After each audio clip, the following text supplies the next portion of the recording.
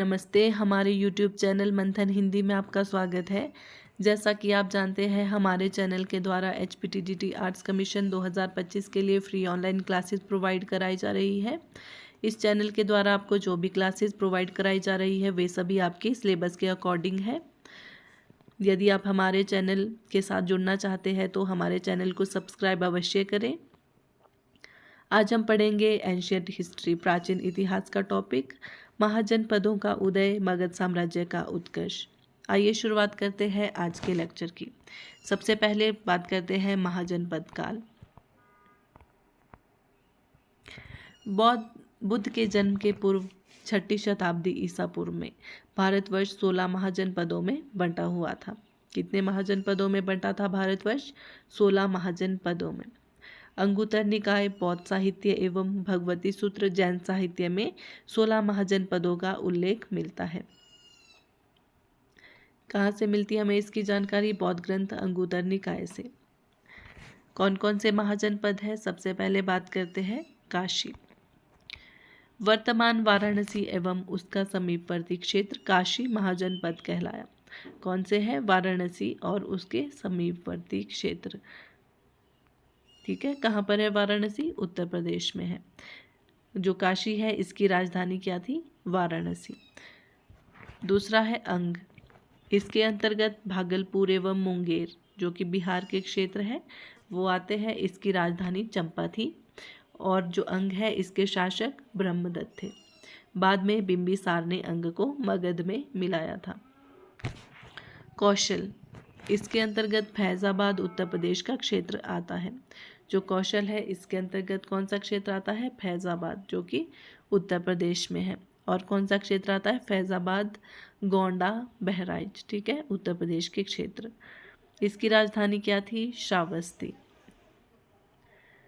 सरयू नदी इसे 2 भागों में बांटती थी। उत्तरी कौशल जिसकी राजधानी साकेत थी, दक्षिणी कौशल जिसकी राजधानी श्रावस्ती थी।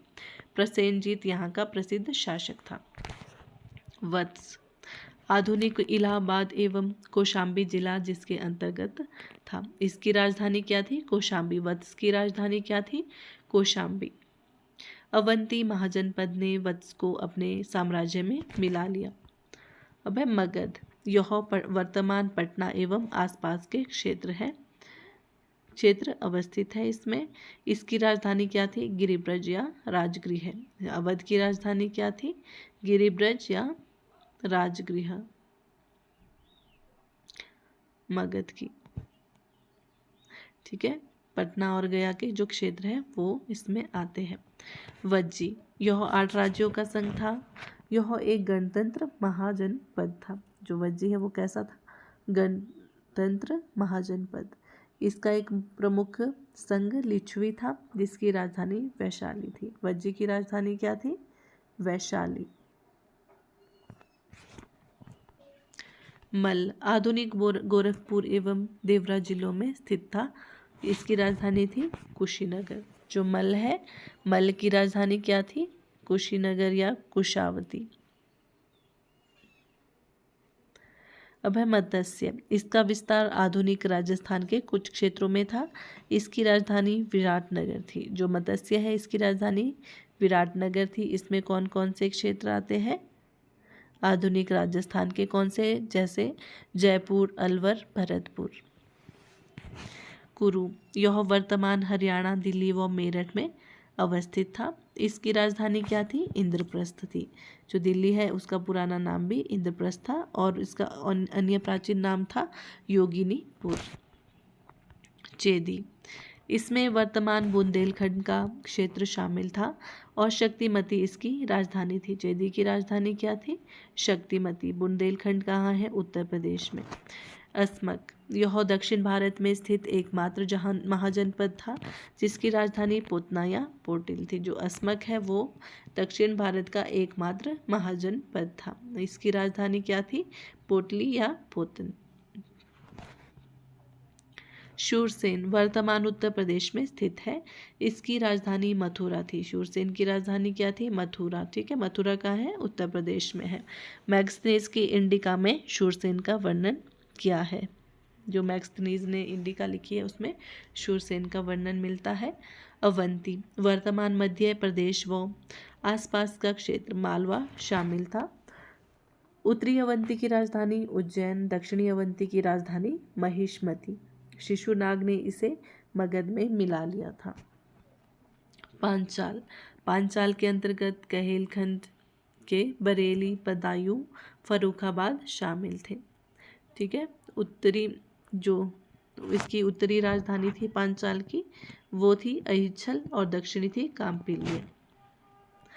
गांधार आधुनिक पाकिस्तान का रावलपिंडी एवं पेशावर गांधार के अंतर्गत आते हैं। इसकी राजधानी थी तक्षशिला। पाणिनि गांधार के निवासी थे। कंबोज यह भी पाकिस्तान में स्थित है। इसमें राजौरी व हज़ारा आते हैं। इसकी राजधानी हाटक राजपुर थी। यह रोडों के लिए प्रसिद्ध था। ये थे कितने महाजनपद थे? जो भारतवर्ष है वो 16 महाजनपदों में बंटा था, जिनका वर्णन हमने कर लिया है। और सबसे पहले इसकी जानकारी हमें बौद्ध धर्म के अंगुत्तर निकाय से प्राप्त होती है। आइए अब बात करते हैं मगध साम्राज्य की। जो सबसे पहला साम्राज्य बना वो क्या था? मगध साम्राज्य। अथर्ववेद में मगध का सर्वप्रथम उल्लेख मिलता है। किस में मिलता है? अथर्ववेद में। महाकाव्यों के अनुसार बृहद्रथ ने मगध साम्राज्य की स्थापना की थी। ठीक है, मगध के सबसे प्राचीन वंश के संस्थापक कौन थे? बृहद्रथ। जो मगध का सबसे ज़्यादा प्राचीन वंश था उसके संस्थापक थे बृहद्रथ। इसकी राजधानी थी गिरिब्रज। राजगृह जरासंध बृहद्रथ का पुत्र था। जो जरासंध है वो बृहद्रथ का पुत्र था। इसके बाद आता है हर्यक वंश। हर्यक वंश के संस्थापक कौन थे? बिंबिसार। बिंबिसार मगध की गद्दी पर कब बैठे थे? 544 ईसा पूर्व में।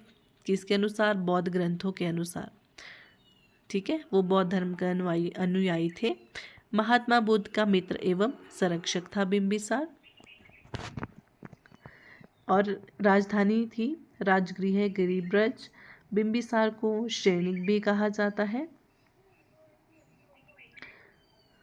विजय एवं विस्तार की नीति इन्होंने अपनाई थी। ठीक है, बिंबिसार ने कौन सी नीति अपनाई थी? विजय एवं विस्तार। बिंबिसार ने 3 विवाह किए।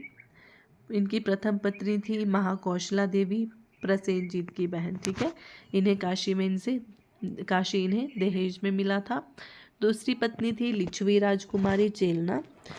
ठीक है, अजातशत्रु इनसे ही का जन्म किससे हुआ था? चेलना से हुआ था। तीसरी पत्नी थी मद्रकुल की राजकुमारी क्षेमा। मगध को उत्तर एवं पश्चिम की ओर फैलाया था बिंबिसार ने। बिंबिसार ने अंग के शासक ब्रह्मदत्त की हत्या की थी। किसकी? बिंबिसार ने ब्रह्मदत्त को हराकर अंग राज्य को मगध में मिला लिया था। जो अंग राज्य है उसको मगध में मिला लिया था। बिंबिसार ने राजगृह का निर्माण कर उसे अपनी राजधानी बनाया था। बिंबिसार ने मगध पर करीब 52 वर्षों तक शासन किया। महात्मा बुद्ध की सेवा में बिंबिसार ने राजवैद्य जीवक को भेजे। अवंती के राजा प्रद्योत जब पांडु रोग से ग्रसित थे उस समय भी बिंबिसार ने जीवक को उनके सेवा शुश्रूषा के लिए भेजा था। बिंबिसार की हत्या उसके पुत्र अजातशत्रु ने कर दी थी और वह 493 ईसा पूर्व में मगध की गद्दी पर बैठा।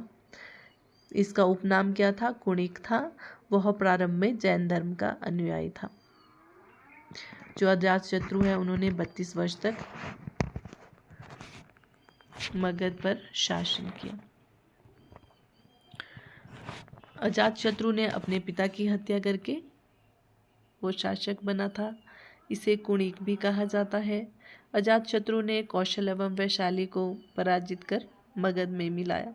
वैशाली के युद्ध में अजातशत्रु ने महाशिलाकंटक एवं रथमशूल का प्रयोग किया। प्रथम बौद्ध संगीति इसी के काल में हुई थी। प्रथम बौद्ध संगीति किसके काल में हुई थी? अजातशत्रु के काल में हुई थी। उदयन उदयन ने पाटलिपुत्र को मगध की राजधानी बनाया। जो उदयन थे इन्होंने पाटलिपुत्र को मगध की राजधानी बनाया था। ठीक है। जो उदयन थे वो 461 ईसा पूर्व में अपने पिता की हत्या कर मगध की गद्दी पर बैठा था और ये जैन धर्म का अनुयायी था। उदयन ने पटना में गंगा एवं सोन के संगम पर एक किला बनवाया। इस वंश का अंतिम शासक कौन था? नागदशक। कौन था इसका अंतिम शासक? नागदशक। अब है शिशुनाग। शिशुनाग वंश के संस्थापक थे शिशुनाग। उसने वैशाली को मगध की राजधानी बनाया था। शिशुनाग ने अवंती को मगध में मिलाया था। कालाशोक। पाटलिपुत्र को मगध की राजधानी बनाया कालाशोक ने। द्वितीय जो बौद्ध संगीति हुई थी वो कालाशोक के काल में हुई थी। नंदीवर्धन इस वंश का अंतिम शासक था। ठीक है। जो नंदीवर्धन है वो इस वंश का अंतिम शासक था। अब है नंद वंश।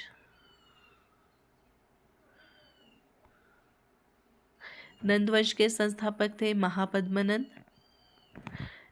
इसने कलिंग को मगध में मिलाया।